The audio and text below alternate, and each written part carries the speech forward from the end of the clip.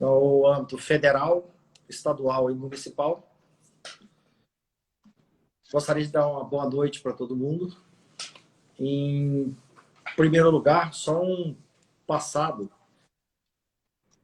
Rapidamente, nós estamos falando sobre a nossa pandemia do SARS-CoV-2, que é um vírus que surgiu em Wuhan, na China.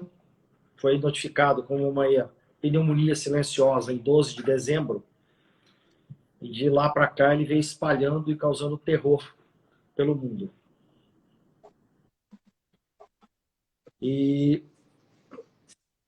com isso, no dia 16 de março, foi decretado estado de emergência, calamidade no Brasil, e com eventual decretado uma quarentena, em que as pessoas fizessem isolamento social, ficassem em casa.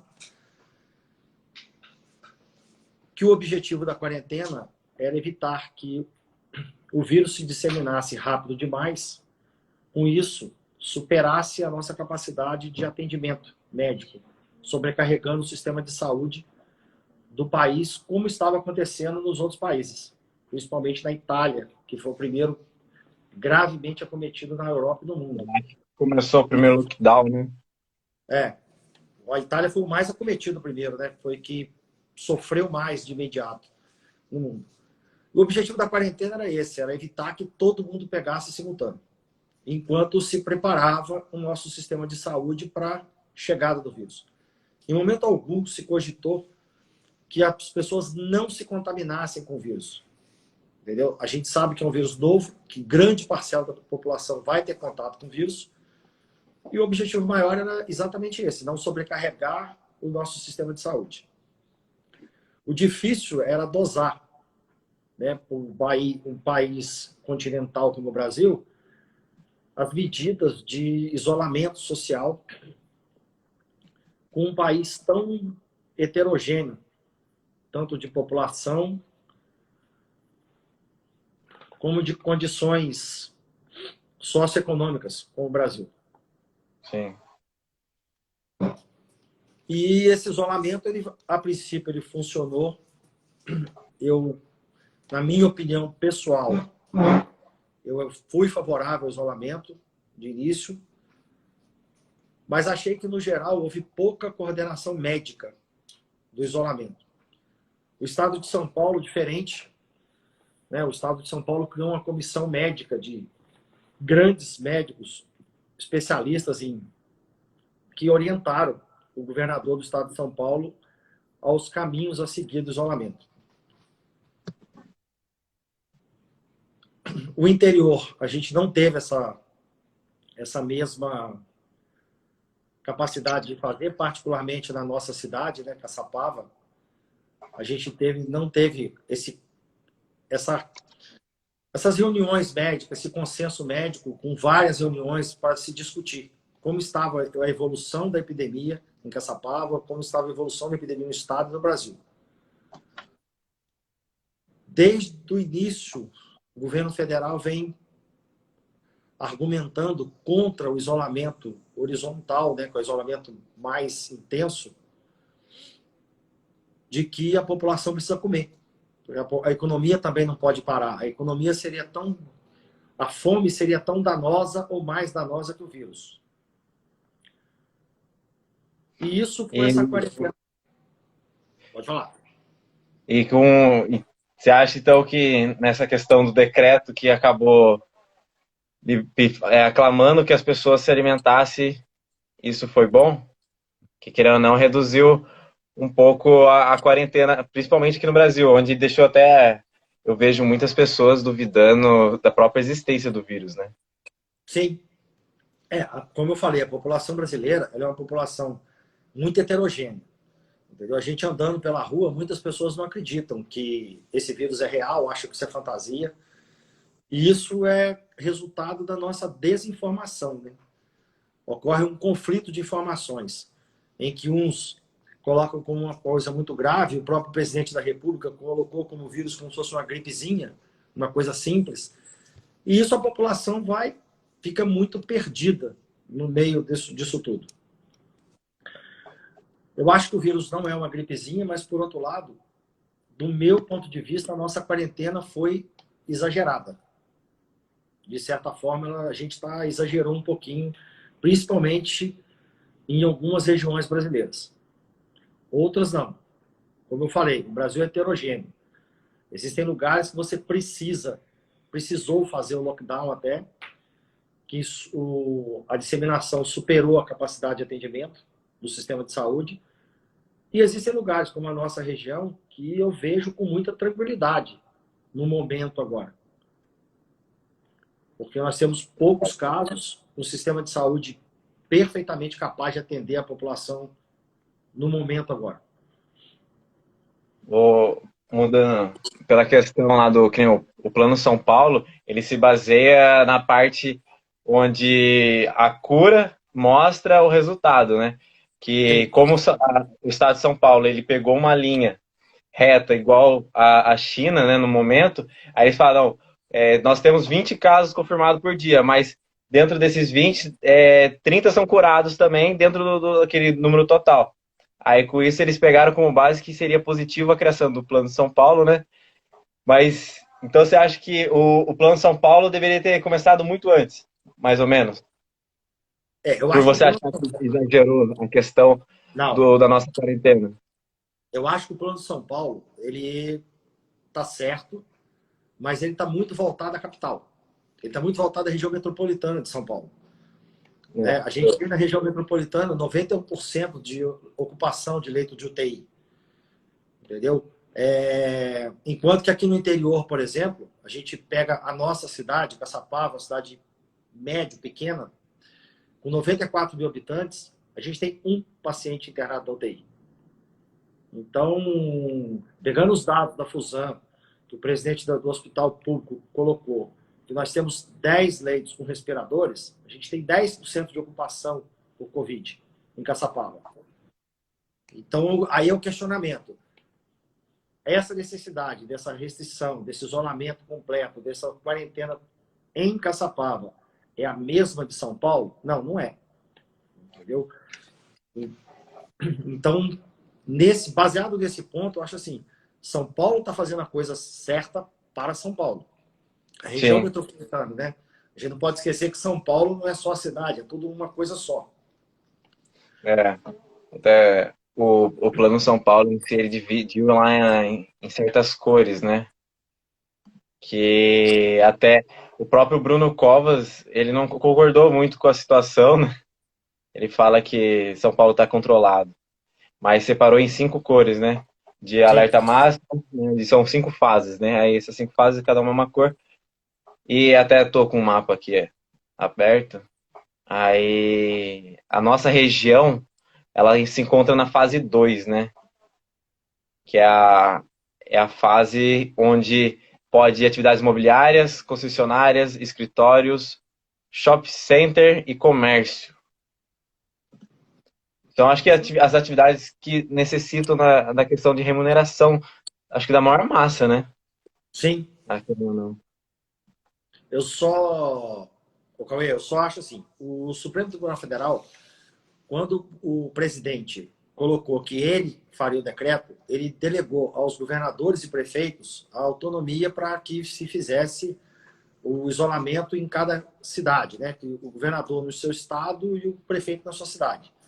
Sim, seguindo os princípios de como ele trabalha, porque é que nem é difícil lá em Jacareí, a gente solta um decreto liberando alguma coisa, mas nós temos hospital de campanha, temos UBS, né, temos o Hospital Santa Casa, temos hospital público, e em Caçapava nós não temos UBS, nós não temos UPA, ou UBS no caso, não tem um centro epidemiológico que em Jacareí, por exemplo, tem, aí fica acho que até um pouco limitado, né, de fazer uma reabertura tão brusca que nem em outros municípios, penso eu, pelo menos. Eu vou falar para você, eu, como vivo dentro dos hospitais, a minha visão hoje ela é um pouco diferente. A minha visão mudou nesse período. Eu sempre achei que a gente devia ter reuniões semanais, vista de uma pandemia, em que o mundo muda tão rápido, as coisas mudam muito rápido, elas não são estáticas, elas são muito dinâmicas. Eu acho que a gente deveria ter feito mais conversas, mais reuniões, visando a reabertura ou não, o que abrir, o que não abrir, como abrir. Então, assim, todo decreto que você não tem muita opinião técnica, em que você não abrange vários profissionais para discutir tecnicamente se a abertura é viável ou não, entendeu? Eu acho que ele fica falho, ele fica capenga, ele fica um decreto meio... Então, assim, Caçapava, a gente não tem várias estruturas, mas hoje, Caçapava, por exemplo, nós temos ontem, né, no boletim de ontem, 41 casos confirmados de Covid em Caçapava. É. Uma E mais um população óbito, né? uma população de 94 mil habitantes, o que dá em torno de 0,43 casos por 100 mil habitantes. Se você botar isso no estado de São Paulo, é um número pequeno, perto do Brasil, dos outros números, no Brasil até. O nosso índice está abaixo. Então, viu o isolamento, né? Como é que nós vamos fazer isso em Caçapava? Não houve essa discussão com a sociedade, com a população, com a classe médica, entendeu? Segue muito o modelo do Estado de São Paulo, entendeu? E como o próprio Dória falou nessa no plano de São Paulo, o que vale para uma região, às vezes não vale para outra. Você tem que avaliar localmente as suas condições, os seus condições de atendimento, entendeu? Então, Colocou hoje eu aqui vejo... na mão do prefeito, né? Sim, O hoje eu prefeito ele vejo... tem que saber governar. Hoje eu vejo Caçapava com condições de ter uma abertura controlada, mas maior. Eu não vejo muito sentido você liberar cultos religiosos, entendeu?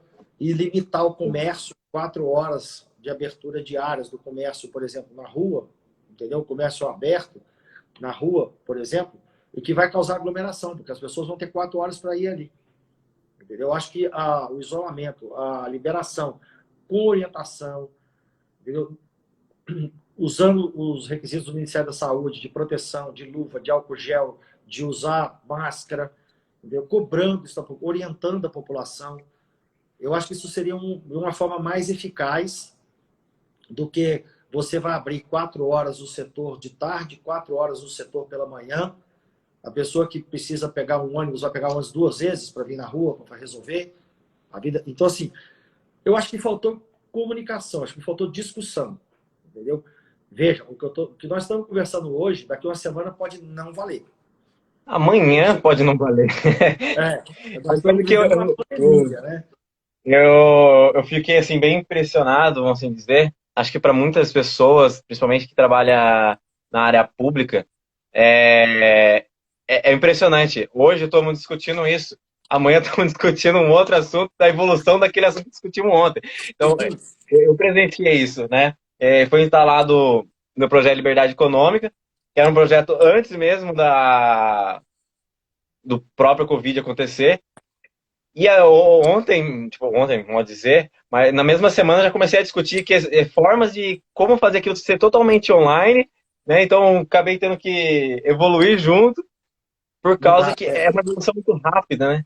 Ó, só comentando aqui, pessoal que estiver assistindo, mande pergunta, comente aqui. O Douglas Souza, né? Douglas R. Souza. A população é egoísta e não pensa no próximo. As pessoas precisam se proteger agora com o retorno das atividades, o distanciamento social e a proteção é ainda mais necessário. Com certeza, Douglas. Quer comentar Sim. alguma coisa, doutor? Quando começou a pandemia, eu fiz um comentário em casa com as minhas filhas e comigo, de que essa seria uma pandemia que a gente veria muita parte do egoísmo e do egocentrismo da população. Porque uma epidemia começou na China, em Wuhan, que tem muitas indústrias, muitas fábricas. Se a população que não é residente em Wuhan, os estrangeiros que lá moravam, ficassem confinados, aceitasse o confinamento, aceitasse aquele momento, você não teria espalhado essa pandemia pelo mundo inteiro. Sim. A pandemia só espalhou porque, no momento que as fábricas fecharam e decretaram pandemia, viram que era uma coisa mais grave, todo mundo resolveu ir embora. Vou voltar para minha casa, quero ir embora para casa. E sem querer, ou sem saber, ou sem noção, carregaram junto o vírus. Entendeu? Hoje não, né? Quando começou o isolamento, a gente mora em Caçapava, E a gente sempre vai. A gente vai no Chibata, vai fazer compra, vê famílias inteiras indo para o Chibata. Na época, quando não era obrigatório de máscara, o uso de máscara, sem máscara. É, entendeu? Sem uso correto da máscara. Então, Sim. assim, você vê que a população ela não pensa no outro. Né? Eu vi Ah, muitos. eu Pode não falar? sei o que vocês presenciam, assim, mas uma coisa que eu vejo muito, assim, é exatamente a parte do egoísmo. E as pessoas que não estão, não exatamente acreditando, mas elas começam a pegar mal com você que está se cuidando, que está se isolando. Elas falam, nossa, mas você não está saindo, como assim? As pessoas começam a achar que você é o errado. Isso é o Sim. que eu acho muito interessante. Direto eu passo por isso. Ó, tem mais pessoas aqui, ó, falando. Vamos lá. Caramba, quanta pergunta. Algo muito preocupante que é, bem isso mesmo, doutor, a subnotificação dos casos. Nos últimos 10 dias, a média diária de óbitos foi de 1.000. Esse aqui. Ó, um comentário. Prefeitura de São Paulo acaba de anunciar decreto que mantém a cidade de São Paulo ainda em quarentena até 15 dias. O governo do estado investiu fortemente na cidade de São Paulo e não investiu nas cidades ao redor. Ah, uma pergunta aqui, acho que interessante, e acho que essa você sabe responder exatamente. 10 leitos tem respirador? Quantos respiradores tem em Então, Caçapava, mais ou menos? segundo o presidente da Fusan, na prestação de contas do município, que foi feita agora, a Fusan conta com 5 leitos na UTI. Tá? Hoje ela tem 5 leitos na UTI, todos 5 respiradores. A gente tem 5 leitos da emergência, que contam com respirador, os leitos de emergência. E nós temos eu acredito, né, que ele esteja contando também com respiradores do centro cirúrgico. Então, Aham. daí você teria 10 respiradores, contando com emergência e com UTI, e mais os ventiladores do centro cirúrgico. Eu vi uma outra questionamento se esses números de Caçapava se é esse mesmo número. Evidente, como todo o Brasil, ocorrendo no Brasil inteiro, o número de Caçapavas é muito subnotificado. O Brasil inteiro é subnotificado. A gente não testa todo mundo.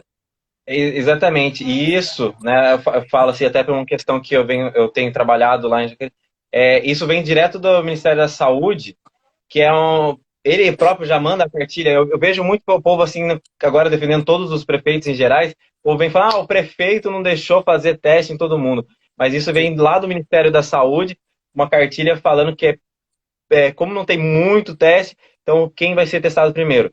É os agentes da saúde primeiro. Se você tiver internado, você vai fazer o teste.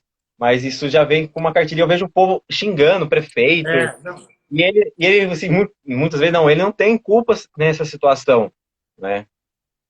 na Se ele verdade, o que tivesse dinheiro acontece? ilimitado, O prefeito, a Secretaria de Saúde, ela segue a cartilha do Ministério da Saúde. Ela não tem autonomia exatamente. para fazer o que eu quero fazer. Entendeu? Uhum. Eu sigo uma cartilha, eu posso sim. Não, eu sou de uma cidade pequena, eu posso testar, eu tenho verba, eu consigo comprar o teste, mas isso não é a realidade no Brasil. Entendeu? Sim. A gente corre atrás a gente está sempre atrás, né, do vírus, ou sempre atrás do paciente. O pessoal gosta muito de comparar, mas na Coreia foi diferente. Não, a Coreia fez um outro trabalho. Né? A É, Coreia, ela foi atrás do vírus. Ela tinha um contaminado, ela cercava todo mundo que teve contato, testava todo mundo, testes em massa. Mas aí não dá para comparar o tamanho da Coreia com o tamanho do Brasil. Entendeu? só a cidade de São Paulo. Sim. Ó, É, você acabou de falar até, aí uma tal de Fer Silva comentou, doutor, já cuidou de alguém com Covid? Já teve algum paciente com Covid? paciente cirúrgico com Covid, não. Eu tive, assim, infelizmente, o Covid, inicialmente, ele está atingindo muito o pessoal da área da saúde, né? Então, ele começa atingindo muito a área da saúde. A gente tem colegas acometidos e minha esposa testou positivo para Covid. Anunciou. Minha esposa testou positivo para Covid e nós ficamos em isolamento. Eu fiquei em quarentena, Uhum. a família inteira ficou 14 dias trancada dentro de casa, sem poder sair. Foi quando eu Todas tive as normas. entendeu? De trabalhar e parar de fazer tudo. Uhum. Mas, graças a Deus está recuperada, ficou plenamente recuperada. Quero deixar claro aqui também que ela não usou nenhuma medicação diferente dos remédios usuais, não Muito usou bem. cloroquina, não usou hidroxicloroquina, não usou azitromicina, não usou nenhum desses tratamentos Uhum. pseudo-eficazes que a gente usa em pacientes graves. Ela estava bem, ela Uhum. ficou em casa, ela teve perda do olfato e paladar, entendeu? Que isso é uma coisa que a gente está vendo muitos casos com essa perda de Com olfato e três, paladar. com três médicos em casa fica difícil não se recuperar também, né? Fica. E assim, isso foi uma coisa interessante porque eu esperava que ela pegasse de mim ou do meu sobrinho, né? Que a gente é médico, Uhum. está trabalhando, continua trabalhando. Mas não, ela Uhum. veio. É a pandemia, é a coisa que o leigo ele precisa se preocupar, a população precisa se preocupar. Isso vem de onde você não espera, entendeu? É, com E ela certeza. pegou de onde não se esperava, entendeu? Outra coisa que assim, a gente vê em Caçapava, eu vi comentário aqui, Caçapava é subnotificado. O que a gente vê é o seguinte, existe o treinamento do profissional que vai atender a pandemia. Mas, como toda pessoa que você faz treinamento, existem as pessoas que aprendem e as pessoas que não aprendem. Então, tem gente que não aprende. Então, quando foi no PSF uma pessoa com perda de olfato, paladar, tosse, febre, dor no corpo, a médica virou e falou assim, não, você vai procurar, você toma um remédio de gripe, você está gripado, não tem nada a ver com Covid. E essa pessoa com perda de olfato e paladar hoje é praticamente sinal. Ela não foi testada. Estava 3 pessoas da mesma família com o mesmo sintoma. Para mim, as 3 testariam positivo e não foram testadas. Então, não entram na estatística. Deixar claro que a estatística de Caçapava, de qualquer cidade, são casos testados. Não são casos suspeitos, não testados. Quando vem estatística de casos positivos, são os casos que são testados. Certo? E outra pessoa falou, quando vou para Taubaté, o caso ele tem que ser notificado na cidade de origem de diagnóstico. Então, o morador de Caçapava vai ser notificado em Caçapava. A gente só vai ter os casos notificados, mesmo que você vá tratar em Taubaté, você foi notificado em Caçapava, entra no registro de Caçapava. Isso, infelizmente, é uma coisa que não tem como a prefeitura. Você notificou, o hospital que notifica, não é o paciente que faz a notificação, entendeu? Às vezes você, no meu caso, como estava bem, eu liguei na vigilância e notifiquei, mas o hospital sempre que testa você, ele notifica como caso suspeito e depois vai para a vigilância o resultado do exame. O exame Uhum. não pode da vigilância, a vigilância tem controle sobre o exame. Essa Então, Márcia, a Márcia Pacheco aqui comentou exatamente sobre isso. Muitas pessoas de Caçapava estão sendo encaminhadas a Taubaté. Isso não é contado sim, como casos em Caçapava.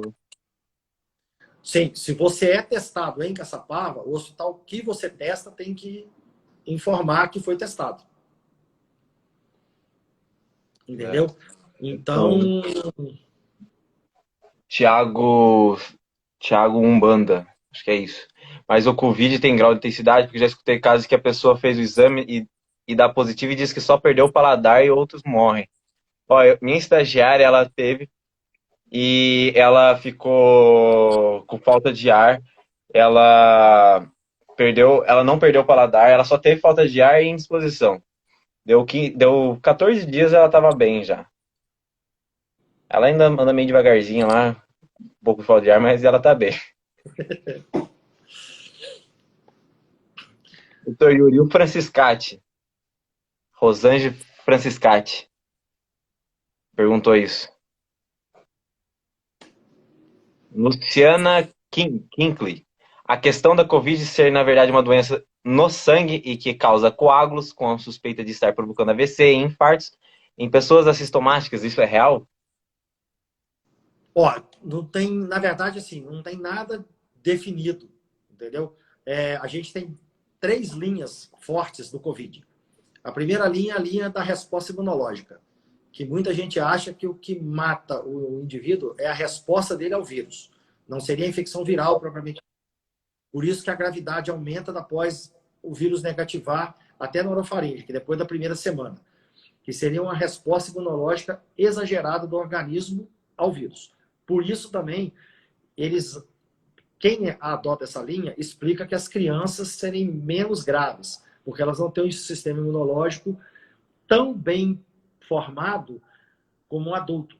Então, acometeria com menos gravidade as crianças pela pior resposta. O que não explica porque o imunossuprimido vai responder, porque se eu não tenho, se a minha resposta imunológica que me causa gravidade, então se eu tenho imunossupressão também não teria gravidade.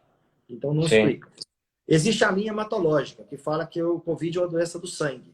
Ele causa uma lesão no glóbulo vermelho, entendeu? Tirando o ferro do glóbulo vermelho, que vai causar a lesão, a hipóxia, quer dizer, a falta de oxigênio no sangue, e com isso causaria as lesões pulmonares, as outras lesões.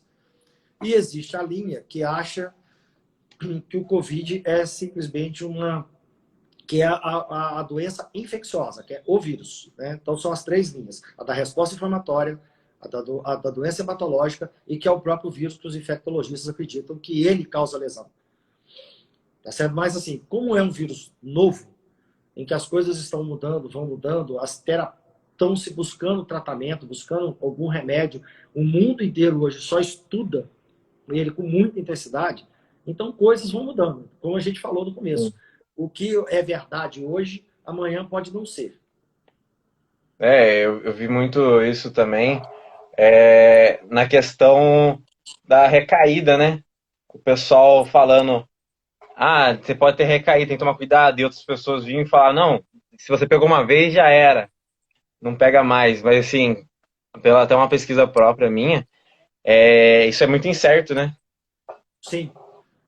Até hoje, assim, os estudos que eu li mostraram que, principalmente na Coreia, que o que eles achavam que era recaída não era recaída. Não era uma reinfecção. A pessoa não se reinfectava pelo É o Covid. mesmo vírus ainda. Ele tinha. Algumas pessoas vão eliminar o vírus com diferentes velocidades. Então, alguns organismos vão eliminar o vírus com 2 semanas. O 14 dias é totalmente empírico também. É uma média que se achou que não. 90% elimina o vírus em torno de 14 dias. Mas vão ter os portadores que não eliminam. No meu caso, por exemplo, para eu voltar a trabalhar, voltar a atender, eu fiz 3 testes. Depois Particular mesmo? Oi? Foi particular os testes? Foram. Eu tive que fazer 3 testes para poder voltar a atender, porque senão não poderia voltar a atender, porque ninguém sabia. Como minha esposa tinha testado positivo, ficou naquela. Como é que você volta a atender e se eu tiver transmitindo o vírus para os outros?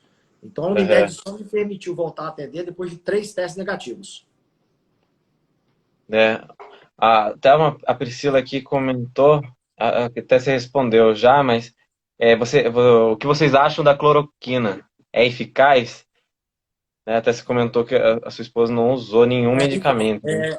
Então, eu fui fazer uma revisão da bibliografia pelo site do infectologista, dos infectos, pela Sociedade Brasileira de Infectologia, e assim, a cloroquina com a hidroxicloroquina, com azitromicina, são de baixa evidência. Não é recomendado o uso nem pela Organização Mundial de Saúde, nem pelo CDC, nem pela FDA, não são orientados ao uso. Entendeu? Não é recomendado. Mas por que usa em paciente grave, paciente crítico? Bom, o paciente crítico, você está, vamos dizer assim, tentando tudo, você não tem um tratamento eficaz. Tudo que pode servir, que possa ajudar, você vai usar. Então você vai usar heparina para evitar que o sangue dele coagula, você vai usar antibiótico porque você vai evitar infecção secundária, mas nós estamos falando de paciente crítico, não de caso leve. O ministro da Saúde, o Tete lá, né? Ele até pegou, né, quando pegaram ele de surpresa da questão da cloroquina, o decreto da academia, essas coisas, ele até falou, eu tomo cloroquina, mas é porque senão eu não levanto, né? Ele até comentou isso, não recomendo, né? Precisa estudar mais, né? Até foi, acho que um dia antes dele pedir conta lá do Ministério. Não tem, na verdade, não existe nenhuma evidência científica de que a cloroquina ou a hidroxicloroquina são eficazes. Só que são remédios tóxicos. Né? Eles aumentam o risco de lesão cardíaca, aumentam o risco de morte por parada cardíaca. Então, não há evidência científica. Então, assim, falar assim, não, vamos tratar todo mundo com... Não, é prevenção. É lavar a mão. Lembrar que a primeira prevenção para evitar pegar a Covid não é só isolamento social, o uso de máscara, foi depois, é lavar as mãos. Sim. Lavar as mãos com água e sabonete, O álcool gel é secundário, não é para você passar álcool gel o tempo todo, mas é lavar as mãos é fundamental. O uso de máscara também de forma correta, né? Que a gente sai na rua, você vê profissionais da saúde não usando máscara de forma correta, não sabendo usar máscara. Coloca no queixo, na orelha, na testa. Não, coloca no queixo, pega a máscara, coça o nariz, não pode botar a mão na Uhum. máscara, não deve ser colocada a mão na máscara, entendeu? Hoje, por exemplo, existe uma máscara com válvula expiratória, que é uma máscarazinha que Parece ela forte, né? de bico de pato, que ela tem uma válvulazinha nela. Essa máscara não deve ser usada em ambiente Não? hospitalar, porque não, Ah, tá. porque a válvula Tá, eu vi. expiratória, se eu tiver contaminado, eu elimino o vírus. Eu tenho visto muito o pessoal que quer correr na rua usando essa daí. Até eu Entendeu? cheguei a dar uma olhada assim na questão para poder correr essa máscara assim de esporte, que eu né, pesquisei. Sim. É bem, e é cara, né? R$ 100 É, para mais. essa Ah, máscara é uma máscara tipo a ah, N95 com a válvula expiratória. Ela tem como se fosse uma válvulazinha nela, que é para sair o ar expirado. Essa máscara, a Anvisa não recomenda ela em uso hospitalar, porque exatamente por isso. Se eu tiver o vírus e não sei, eu elimino ele através dessa válvula. Então, eu vou estar contaminando o ambiente do mesmo jeito. Entendeu? É a entendi. máscara. E ambiente hospitalar é a máscara fechada, sem essa válvulazinha expiratória. Ó, a Luciana Kim perguntou assim: nas crianças pequenas tem parecido como síndrome inflamatória. Você chegou a ver alguma coisa sobre isso? Nas crianças pequenas, se ela tem como síndrome inflamatória? Acho que os sintomas são bem parecidos, né, com Não, criança. são parecidos. Os sintomas são parecidos. A coisa é que assim, o que pega com o Covid é a síndrome respiratória aguda grave, ou SARS, né? Que é a chamada síndrome respiratória aguda grave. Isso é o que mais pega, o que mais mata, o que mais fica evidente na gravidade da doença, né? Tanto que desde o começo o Ministério recomenda, em caso de falta de ar, de ficar com falta de ar, procurar o hospital somente em caso de falta de ar. A febre não, dor de cabeça não, mas falta de ar sim. Entendeu? Aham. A gente está vendo aquela história, né, de que criança não pega, isso não é real. A gente está vendo óbitos de crianças É, eu saudáveis lembro. até, entendeu? Então, assim, Aham. ainda é a prevenção. Até surgir a vacina, entendeu? Que é o que Aham. previne as infecções virais mesmo. Aham. Até lá, a gente vai estar trabalhando com prevenção, o mundo não vai ser o mesmo, eu acredito que o mundo, É isso é uma opinião o novo normal, né? o mundo que a gente conhecia antes, ele não será o mesmo, algumas coisas vão mudar, tanto na parte As econômica, pessoas vão aprender a lavar a mão agora. vou aprender a lavar a mão, entendeu? Aham. Ó, a Fer Silva perguntou, doutor, qual o valor do teste? Eu até posso até adiantar, eu não vou falar o nome das empresas, né? Mas até eu faço a compra dos testes, mas varia muito na questão de pela quantia de lotes, essas coisas, mas a gente chega a pagar de 150 até R$ 400, incrível que pareça. Agora consegui uma empresa boa lá para Jacareí, a gente está pagando num valor muito melhor, mas mesmo assim, antes a gente pagava 270 por aí no valor de teste. Aqui em Caçapava tem alguns laboratórios que vendem, eles estão a R$ 200 o teste. Eu não sei quanto você pagou, doutor, no teste, mas você comprou particular, né?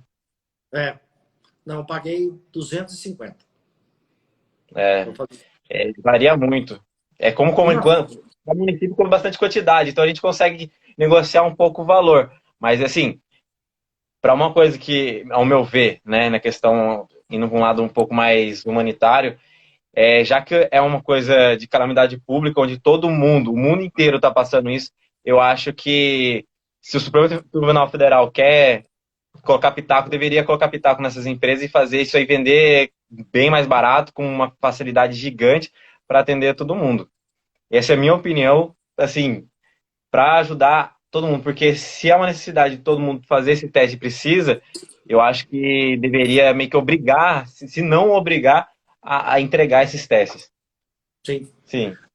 Eu acho assim, eu acho que os testes, bom, o Ministério da Saúde ele disponibiliza, compra muito teste, disponibiliza muito teste, entendeu? Aonde esse teste chega e como chega, isso fica bem incógnito ainda.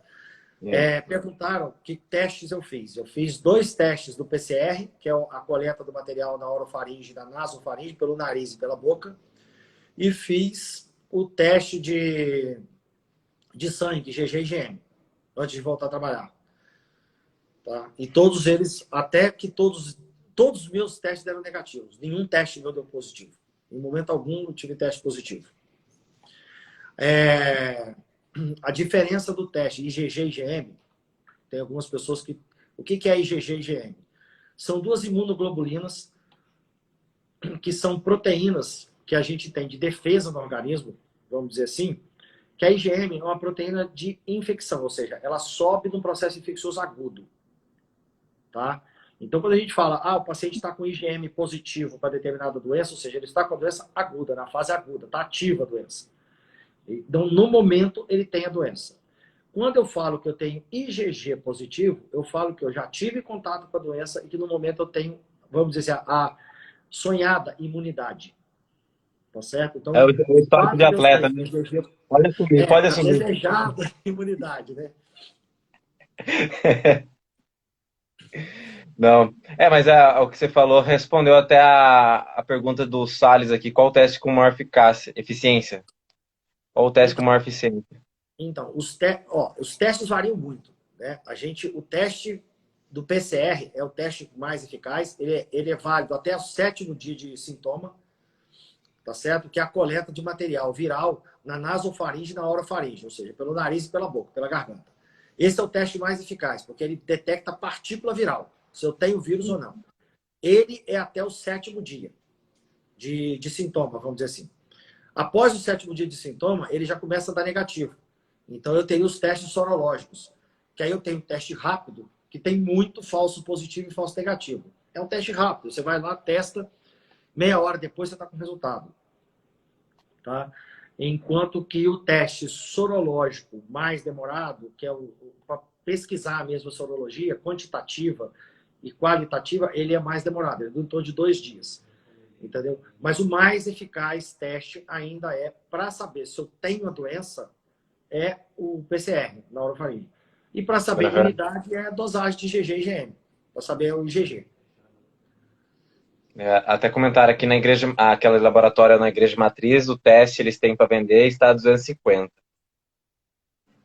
Márcia Pacheco, precisa de pedido médico para fazer o teste? Não, né? Certo? Não precisa de teste, precisa? Depende. Não, precisa de pedido, né? Pedido médico fazer o teste. Normalmente precisa do pedido médico para fazer o teste. Tá? Lógico, se você vai pagar para fazer o teste, você vai lá e paga e faz o teste. Isso aí não precisa de pedido médico. Mas alguns convênios que já liberam o teste, tá? Aí precisa de pedido médico, sim. Tá? Quando você vai fazer no hospital, precisa de pedido médico. Eu quero fazer pelo meu convênio, eu preciso de ter o pedido médico, preciso da avaliação médica e pedido médico. Agora, eu quero fazer particular, normalmente não precisa. A Romina Dempardal. Tem como saber se eu tive Covid-19 e não apresentei sinal?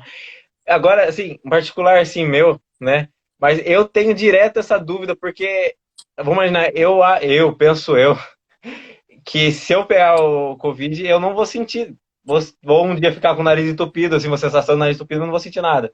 Eu acho, assim, que tem pessoas que passam e nem sentem, né? Então, 80% da população vai pegar o Covid e não vai sentir nada. Entendeu? Não vai ter sintoma nenhum. E tem como saber se eu tive, né? Você só vai saber se você teve quando você testar e tiver a imunidade, tiver o IgE, porque, veja bem, o PCR, que seria o mais fidedigno, que é achar o vírus na sua orofaringe ou no nariz, ele só vai ser eficaz até o 7º dia. Então, teria que testar um sintoma até o 7º dia. Entendeu? Ao passo que a imunidade definitiva, você teria que dosar o IgG, que seria, como eu falei, a imunoproteína da imunidade, né? Seria uma proteína relacionada à imunidade. Então, você teria que testar o IgG do paciente. Testei IgG, deu positivo, eu tive contato com o vírus e sou imune. Uma imunidade, entre aspas. Ninguém sabe se realmente você vai ser imune definitivamente ou não. Entendeu? Mas seria esse o jeito de fazer. Só que, lembra, 80% da população terá o vírus e não sentirá nada. 20% da população vai ter sintoma e vai precisar de hospital. Desses 20%, 5% vão ser graves, que vão precisar de atendimento médico intensivo, ou seja, vão precisar de UTI. E essa foi a grande preocupação desde o início. Né? Se a gente pegar uma cidade, Caçapava, vamos arredondar, 100 mil habitantes, 80 mil, vamos dizer que 50 mil pessoas em Caçapava peguem o coronavírus, já que ele tinha uma R3. Tá? R3 seria um indivíduo infecta 3, em média. É o potencial de transmissão do vírus. Né? Então, Caçapava, vamos dizer que 50% da população tenha o vírus. 50 mil pessoas, nós estamos falando. 80% disso não sentirá sintoma nenhum. Tá? Isso significaria, em Caçapava, 40 mil pessoas não vão ter sintoma.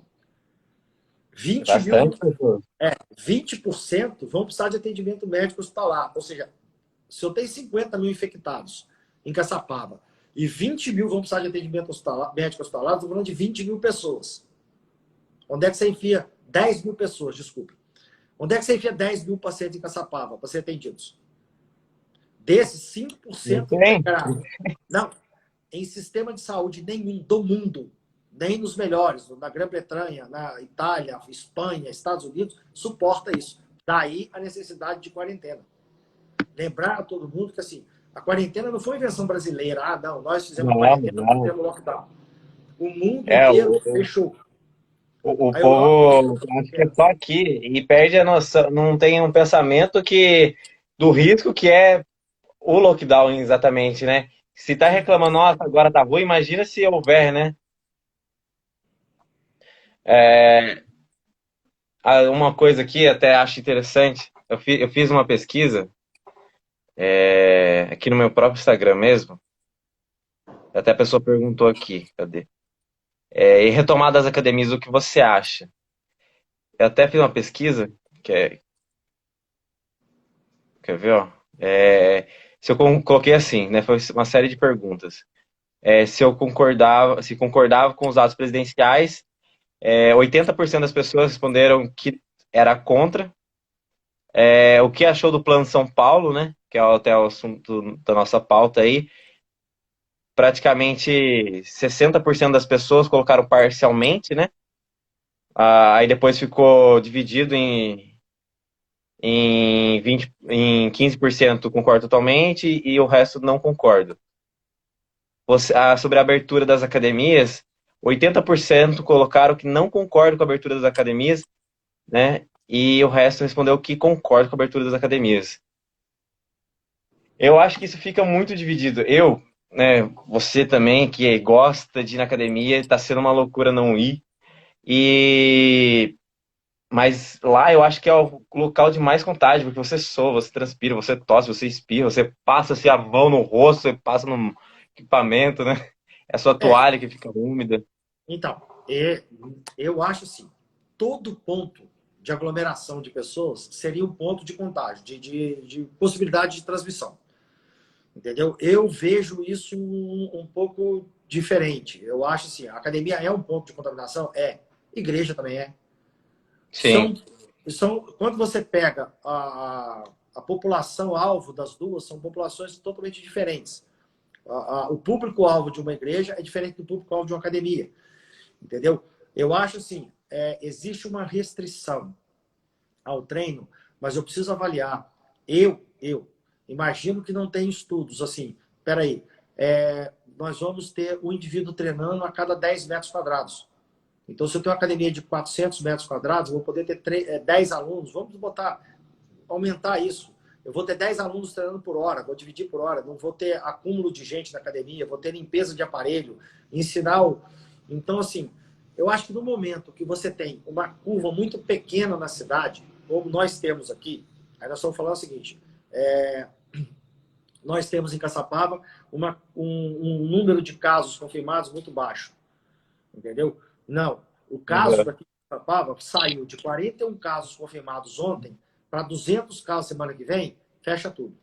Aí o negócio está começando a complicar. Mas enquanto você tem um número muito baixo de casos, é por isso que eu falei, vai chegar um ponto que eu conversava muito com as minhas filhas isso, que eu sempre achei que o interior fosse ter a segunda onda.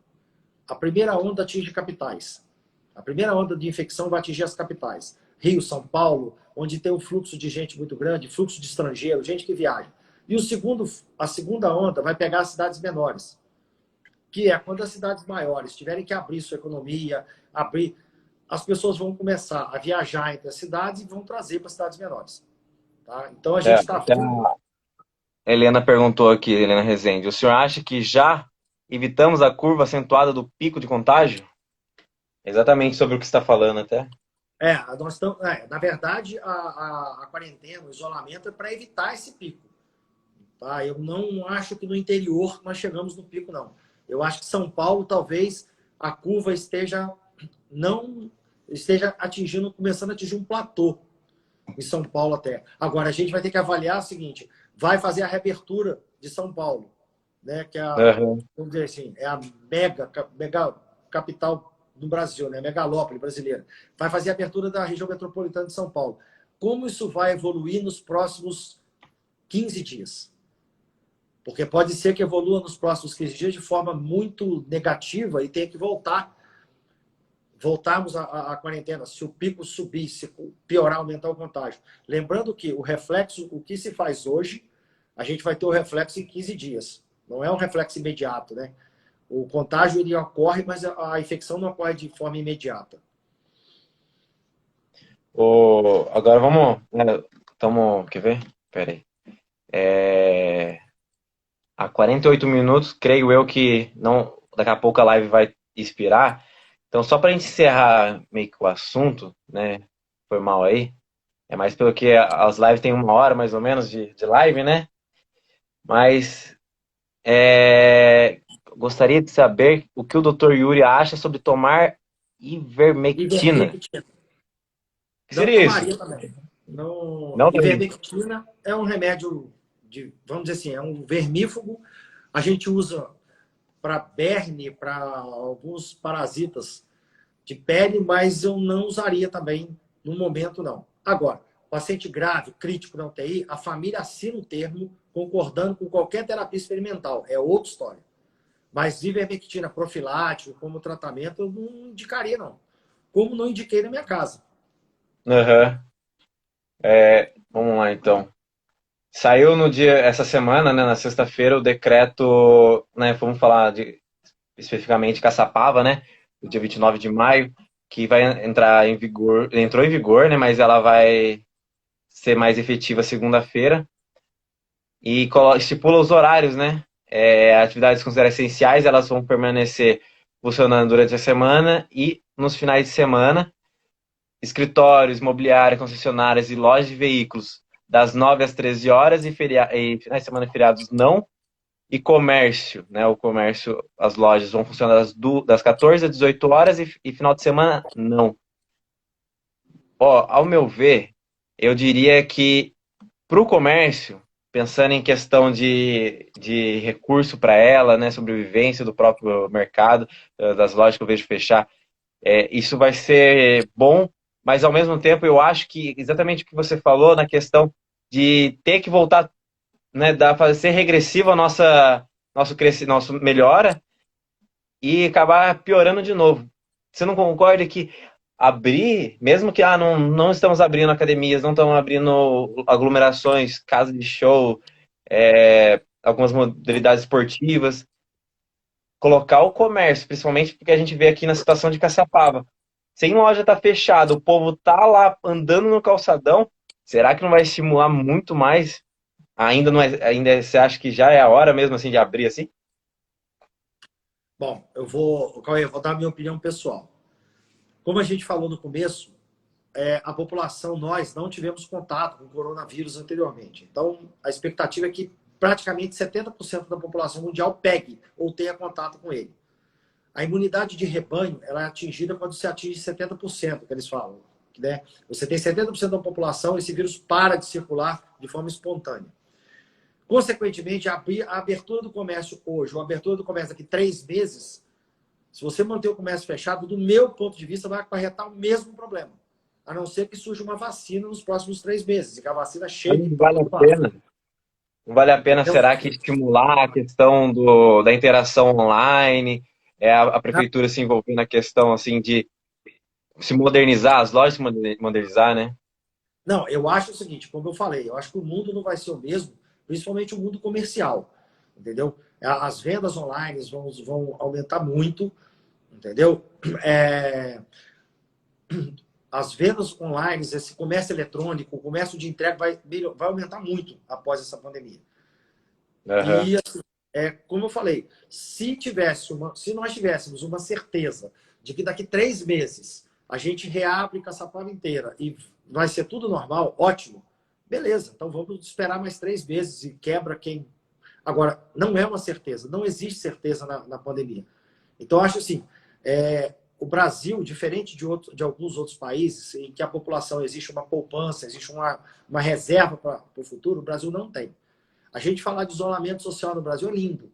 Quando você mora numa casa, que cada um tem seu quarto, cada um dorme... Agora, quando a gente está falando de uma favela, de um ambiente de comunidade, onde vivem 10, 15 pessoas num cômodo, numa casa de 40 metros quadrados, isso é irreal, entendeu? A gente tem que Ó, transportar e é para a muito nossa vida triste, real, assim.